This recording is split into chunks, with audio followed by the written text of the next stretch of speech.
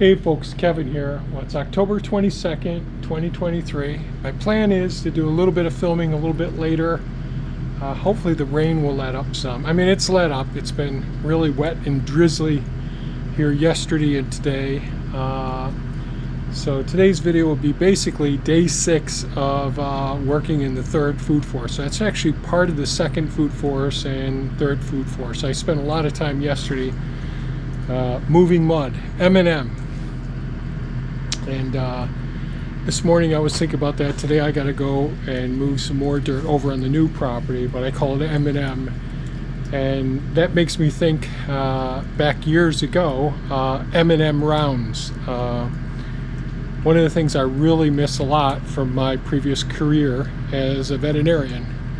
And when I was at Cornell, one of the things I looked forward to so much was morbidity and mortality rounds. Now I know that sounds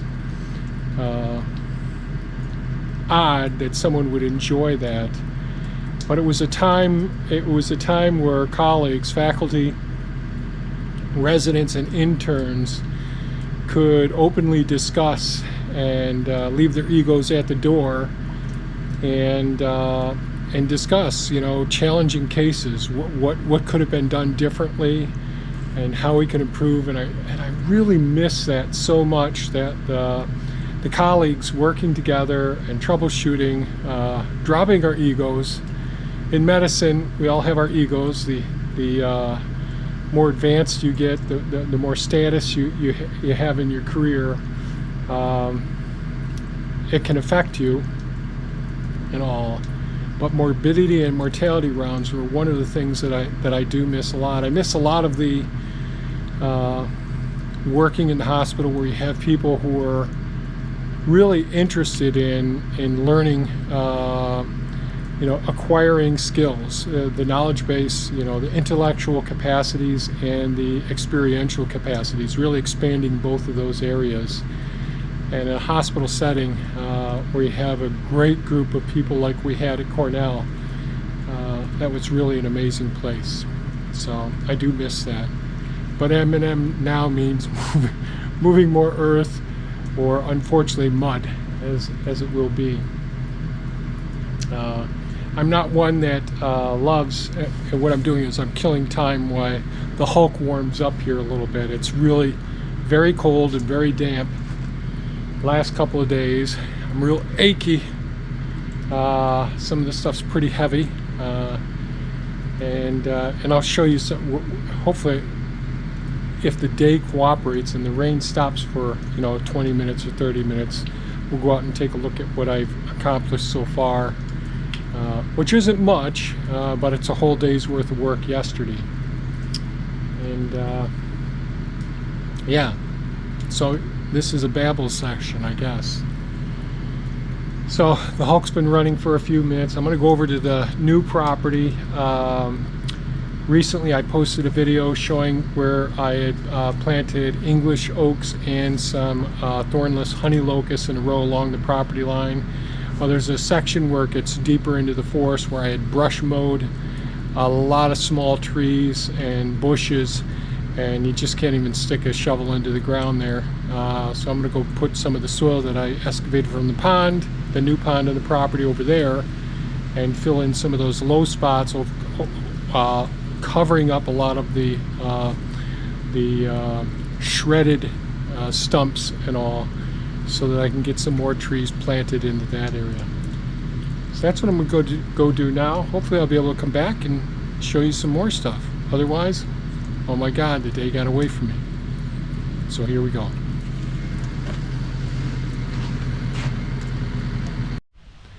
Well, it's the next day. I guess this is day 7 or day 8 now. Yesterday it was just a washout. I did go over to the new property and move some soil, some mud. But the afternoon, I just took the afternoon off basically and just did used book sales stuff. But today the sun is out and it's looking pretty around here. So I'm going to dig up some pawpaws. So here's our, this is our sunflower pawpaw tree here. and lots of root suckers around this. And I'm gonna take a quick look in here. So these are all little root suckers coming up these pawpaws here. So I'm gonna dig those up so Thea has some to I think that this is actually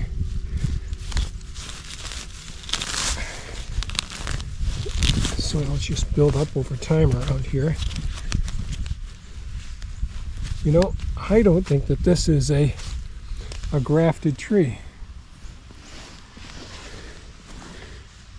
This is actually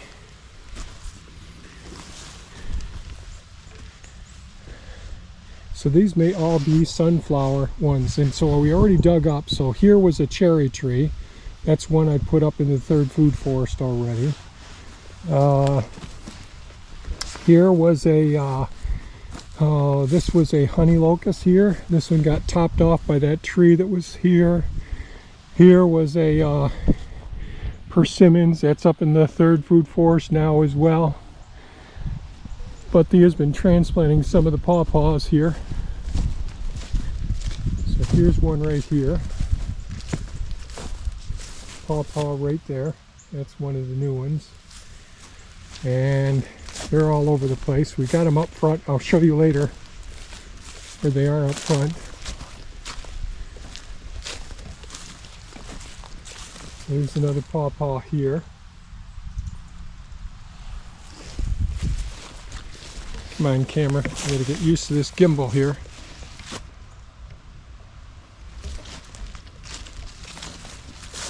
Pawpaw here. So with some of the roots, like you can see, there's two trunks that are coming up. And here's one here.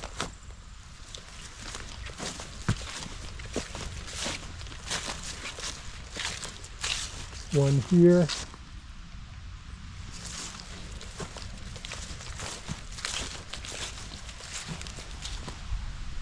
Here.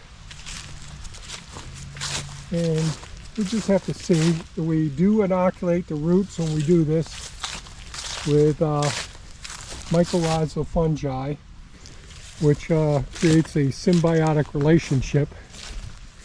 Come on, gimbal. With the trees and plants in the forest. So I'm going to dig these up now, give them to Thea, get her started up there with some of the transplants up front, and we'll check back with you later on how the transplants are doing. And come on, Kevin. And I'll show you the area where the horseradish was with the last video that we left off as well. And some of the earthworks I've been doing up in the second food forest to get ready for transplants into the third food forest, so I can modify some of the second food forest. Complicated. So be checking back later. Okay, we're up here and watching Thea doing some work here today. Having fun? Yes, that's what you're doing. So what are you doing right now, hon? Now I'm planting trees. So I dug a hole and I'm planting a pawpaw that Kevin dug up this morning. Yep. So we dug up some pawpaws this morning here. And so what's the process you go through, hon?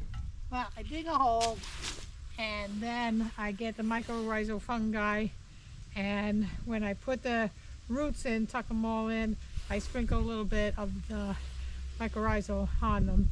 And then I have compost. And you wet the roots down too? Yes, when I take them, because they're in the back of Suki. So, and they have a sheet laid over them, but they still get a little dried out. So I have a 5-gallon pail of water that's more than half full, and I dunk them in there as I'm walking over here, put them in a hole so they're nice and wet. Good. Then you add the mycorrhizal, and then you add the compost. Compost, then some of the soil. Good. Then we move to the next hole, because we have flags down the whole row here. Yep. So this is a persimmons here. We dug those up a little while ago. So, and over here, you can't see these, I don't have tree tubes down. The other day, there's a pawpaw here. Right here there's a pawpaw. And a Chinese chestnut here. A pawpaw Chinese chestnut. These are all 8 foot apart. Pawpaw Chinese chestnut. Pawpaw Chinese chestnut. And a pawpaw here. And a Chinese chestnut here. So those are all 8 foot apart. Then 16 feet over here, we start off with a pawpaw here and alternate Chinese chestnut, pawpaw here, Chinese chestnut, and so on. So these are the Chinese chestnuts. They're the ones that we had in the IBC totes. So they're right here. Thea dug those up recently, put them in buckets for doing transplants along with the honey locust too. There's another pawpaw here. And so the pawpaws are root suckers that are going up around our sunflower pawpaw tree. And then we end this row with a Chinese chestnut. And we go 16 feet here to the first pawpaw, then another pawpaw, then a persimmons. Now she's going to do another pawpaw. So we'll put a pawpaw, and they're 8 foot apart, on each side of the persimmons, and then fit in some of the Chinese chestnuts as we go down. And I'm overworking, and so here's Timmy. Hi Timmy, how you doing, handsome boy? He's always working with Thea.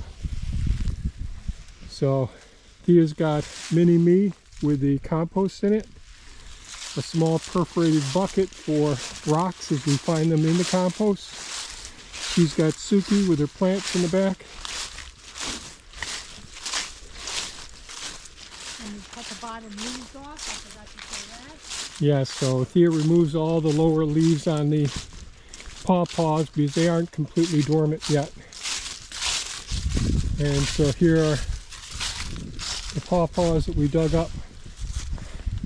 So here's an example. So this is a root sucker here. And there's a whole bunch of them in here. And so, and they're all moistened down, keep them covered. And Chinese chestnuts here, the bucket for water. She soaks this one for the next one, and then adds the mycorrhizal fungi spores. And now I'll drive over and show you where I'm working, and I'll show you a little bit of what I did yesterday. So I just started. Oh, I got to get the fork. So yesterday I did some. Yesterday I only worked over on the new property using the Hulk to move soil and all. Now this is what I'm going to use for digging out the horseradish. But the day before yesterday, I'll show you the work that I did the day before yesterday. So I just got done cleaning out Pepe here, the back, so I can get the horseradish in here.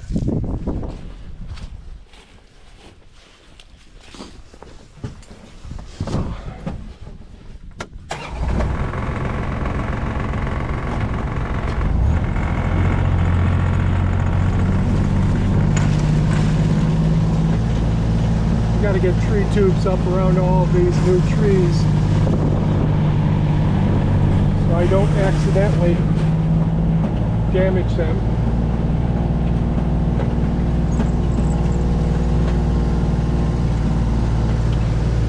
Okay. So I've been working over here with the swales that feed off the driveway, and previously I had mounds up on this side, and so I'm removing the mounds and transplanting some of the trees over into the third food forest. Then I'll rework this area and not overplant it like I've done in the past. That's the grapevines over there by the mounds of dirt that I've put here. Go around. This is where I just got the root suckers from that big persimmons there. That's a female. It produces beautiful fruit. I've got to dig up all these sea berry, service berries rather, not sea berries.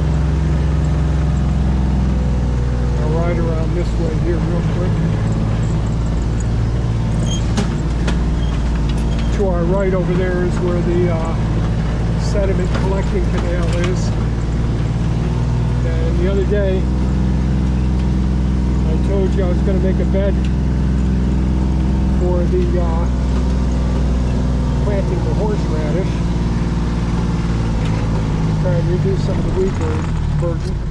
So this is the area that I excavated out for putting compost in here, and next I'm going to dig out some of the horseradish parts. We'll probably freeze some of the horseradish, but a lot of it's going to go in the ground.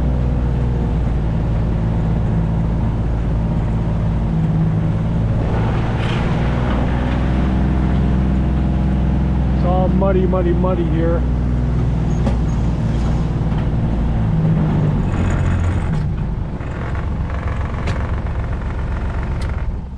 So these mounds came from, in the second food forest there, me removing a lot of the soil, and you can see, you may be able to see some of the big mounds. I'll record what I'm doing over here in a future video. But I had two larger mounds, so I'm taking all that soil there. And again, this was all heavy-duty gravel, so there's lots of stone in there. But it's as a result of the wood chips and all the growth that we've been putting into the soil, it's turned into some really nice soil over time. Over here, now this is the area we used to do the large pile composting in, but I had that row of horseradish that I showed you recently, and that was right down here. So I came down here with Elon, the excavator, dug it out, set it to the side, and of course we've had all that rain since then. So now I'm going to separate what I can separate out easily, the horseradish, from these areas here, and then we'll end up getting that planted over there in the new spot that we talked about and we just visited. And then I'll take the rest of the material, put it back in here, and we'll just mow over it, and I'll do some fill in here to expand this whole area of the third food forest, because that's the third food forest that I've been shooting videos of so far. So it's been a busy day so far. The time is winding down, and so come on, Kevin. So that's where we're at. It's been a big push lately to get things done. It seems like there's never enough time.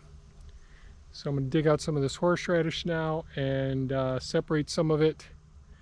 Maybe tomorrow some of it will get washed up and possibly processed. Who knows? And I'll separate some. Maybe tomorrow I'll plant some of that over there in the new bed. So that's it for today's video. Just another quick update on how things have been going. It's been going slow, but it's been going steady. Thanks so much for watching. Take good care of yourselves and stay safe. Bye-bye now.